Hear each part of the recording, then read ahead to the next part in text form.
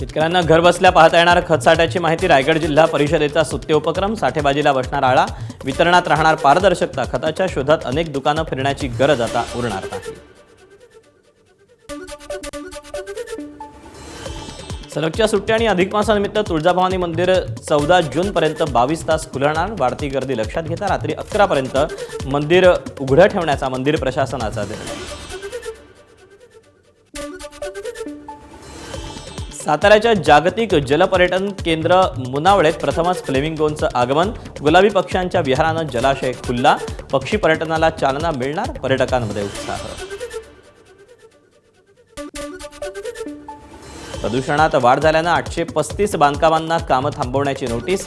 977 साईट्सना कारणे दाखवा नोटीस. 3000हून अधिक बांधकाम ठिकाणांची झाडाझडती. प्रदूषणाला आळा घालण्यासाठी महापालिका ॲक्शन मोडवर.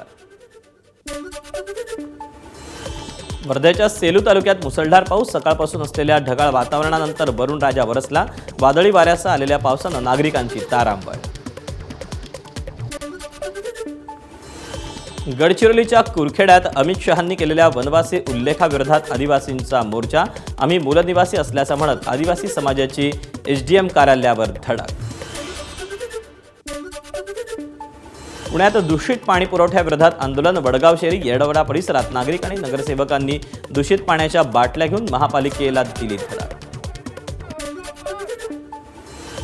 धुळ्याच्या शिरपूरमध्ये ठाकरे सेनेचा महागाई विरोधात धडक मोर्चा. कार्यकर्त्यांनी स्वतः ओढली बैलगाडी. हातगाडीवर गॅस सिलेंडर ठेवून सरकारचा नोंदवला निषेध. रायगडमध्ये महागाई विरोधात ठाकरेंची सेना आक्रमक. माणगाव एसटी स्टँडवर मुंबई गोवा महामार्ग रोखला. सुभाष देसाईंचाही आंदोलनामध्ये सहभाग.